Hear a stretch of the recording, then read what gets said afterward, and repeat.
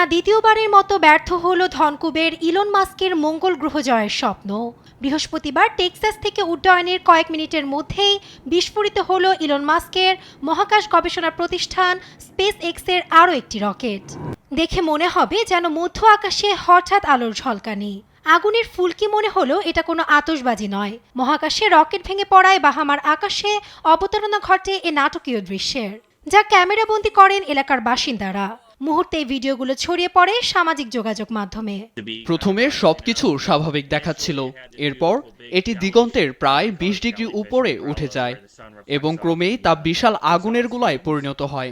তখনই আমরা বুঝতে পারলাম যে এটি বিস্ফোরিত হচ্ছে। সে সময় অনেকটা উড়ন্ত আতশবাজির মতো দেখা যায় ধ্বংসাবশেষকে। আমি আগে কখনো এমনটা দেখিনি। ৪০৩ ফুট লম্বা রকেট সিস্টেমটি টেক্সাসের স্পেস এক্সের বোকা চিকা কেন্দ্র থেকে স্থানীয় সময় সন্ধ্যা ৬:৩০টায় উড্ডয়ন করে, যা স্পেস এক্সের অষ্টম পরীক্ষামূলক উৎক্ষেপণ।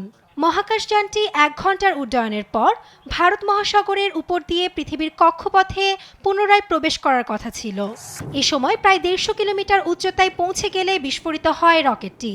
উৎক্ষেপণের কিছুক্ষণ পরই বন্ধ হয়ে যায় মহাকাশযানটির ইঞ্জিন। এতে কেন্দ্রের সঙ্গে যোগাযোগ বিচ্ছিন্ন হয়ে যায় রকেটের। তবে সফলভাবে লঞ্চ প্যাডে ফিরে আসতে সক্ষম হয় সুপার হেভি বুস্টার।